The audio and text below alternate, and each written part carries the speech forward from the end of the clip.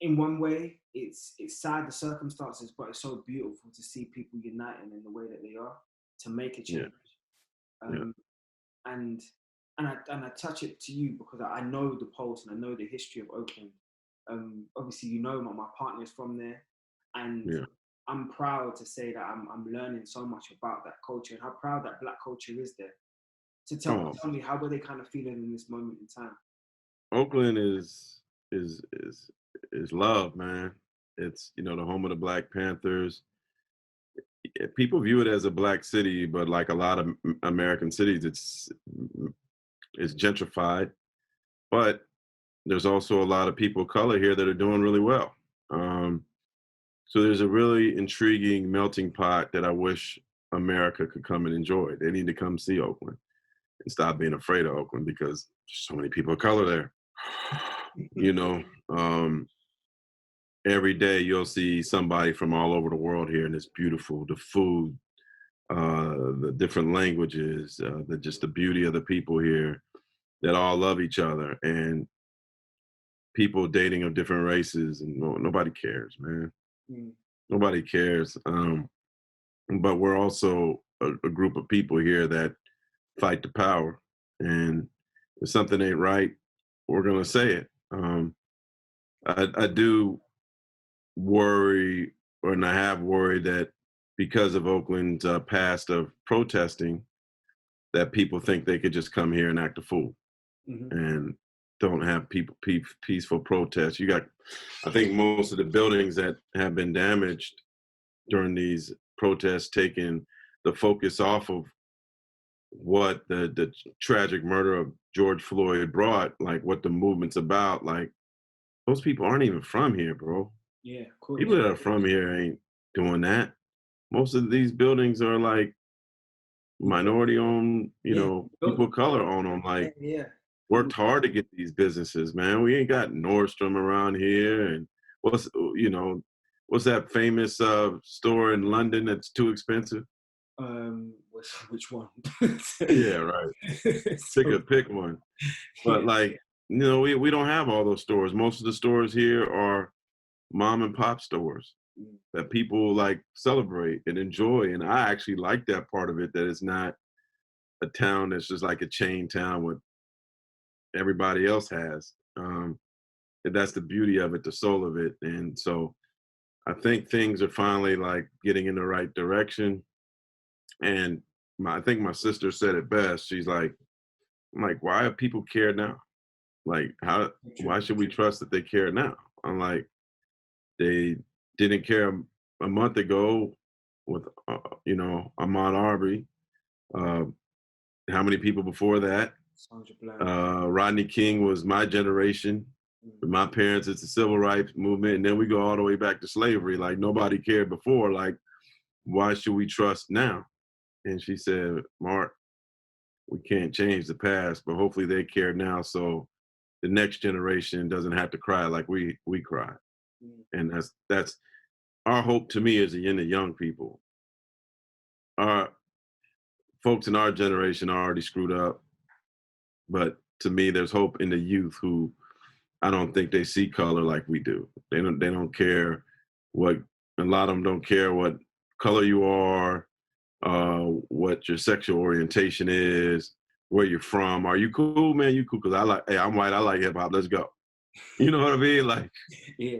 they don't care. And then if you think about it, they all probably have relatives that are from that are married to somebody from a different race or half this, half that. Uh, like man, you don't see families now that are like my wife's Indian. You Mm, know, her family's welcomed me from the day I got there, fact. and I ain't the only black person in the family. You know what I'm saying? So, um, but this next generation is going to be like that. She's going to be a melting pot, and hopefully they're tired, more tired than we've been, because I'm exhausted and I've cried a lot.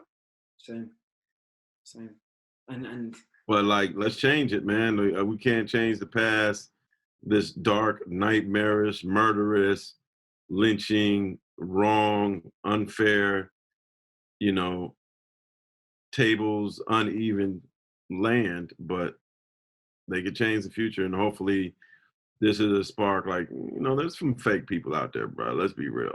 Cool. Everybody ain't down for the cause. There are people that are down for the fall and fake, Trending, just on fashion. sheep's and wolf's clothing, or wolves in sheep's clothing. I'm sorry, No, no. who are just gonna say what they need to say to, like, no, let's put out a statement. And we're the NFL. We know how y'all get down. Let's stop. So transparent because we try. Yeah, but now hopefully the real people show us love, and it's a different day.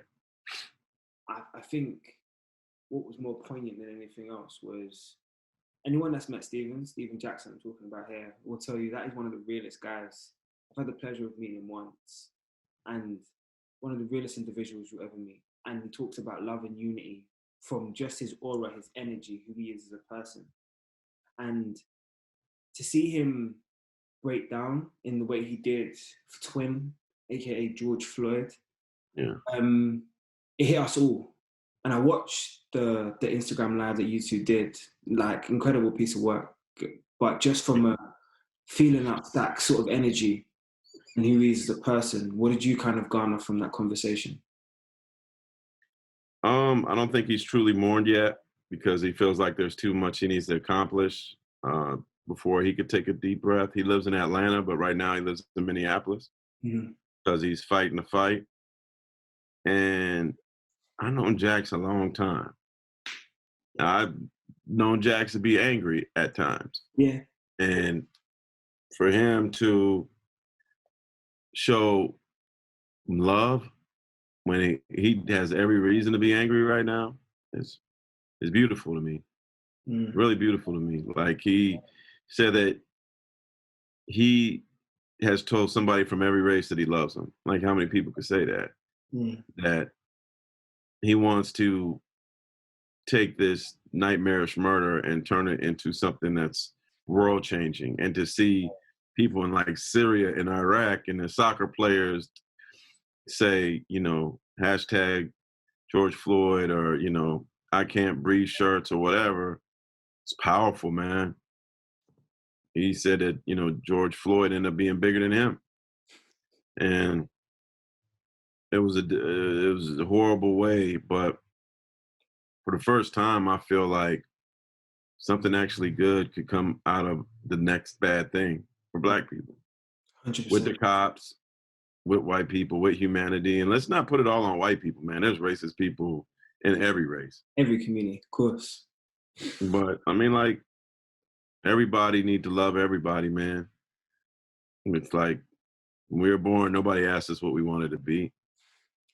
We're a product of our environment and a product of our parents. You know what I mean? So hopefully, in his mind, I could tell that there was a glimmer of hope that perhaps was something so just awful, just so terrible, that something could be born that is beautiful and world changing. And you know what, you spoke about something that's so important there, because you talk about the importance of love and unity from every race. And I have been extremely surprised, shocked, but also at the same time proud to see some of the leaders from other races speak up. I've seen Steve Kerr, who we all know is an advocate for all love and unity, no matter what you look like. Greg Popovich has never hid his opinion of anything. But there's been Brad Stevens, like, it has been unanimous in sort of wanting to unify. When you see sort of the leaders, especially some of the head coaches who are in and around young Black people all the time, feeling like their voice needs to be heard in this moment, how proud does it make you? Yeah, no, I mean, the NBA is a different fraternity. Shout out to Kyle Korver, JJ Redick, Kevin Love. Like, those guys, they're down. They're down for the cause. We could praise Kerr and Popovich and Stan Van Gundy and all the coaches. It's all real. Yeah. How about the owners? I've seen what the I think Vivek Ranadive is an amazing person. I think he's great. Mark Lazary, I know the kind of things they've been doing. Can we say that about every NBA owner? I also think that, like, the players need to use their voice and their power more. Like, there's so many teams in the NBA that I called out the Pistons the other day with factual information about how they recently lost their only black person in the executive part of their front office, and the rest of them were white males. Like, it's factual. And then NBA 75% black. Mm.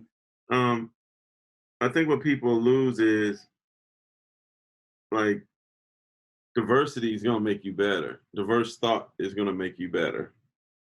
A diverse universe makes you better. If we all just had one, if you're just around the same people all the time, man, you're not gonna grow as a person. I think a lot of people are scared by that word diversity because it implies change, and it implies people having to adapt or think about something they never thought about before. And that frightens a lot of people. That frightens a lot of people to the point where they know subconsciously there could be an injustice, but they're never willing to address it because it doesn't affect them. But by allowing, Or it can affect them because they feel like they're gonna lose jobs and their next generation is gonna lose jobs if the tables are actually turned and the world is fair. You know, when you're used to being hand delivered something all the time or given preferential treatment all the time, it's if you're able to be in the pole position all the time, it's hard to like be in the second car, let alone car 15. Um, but I mean, society's changing.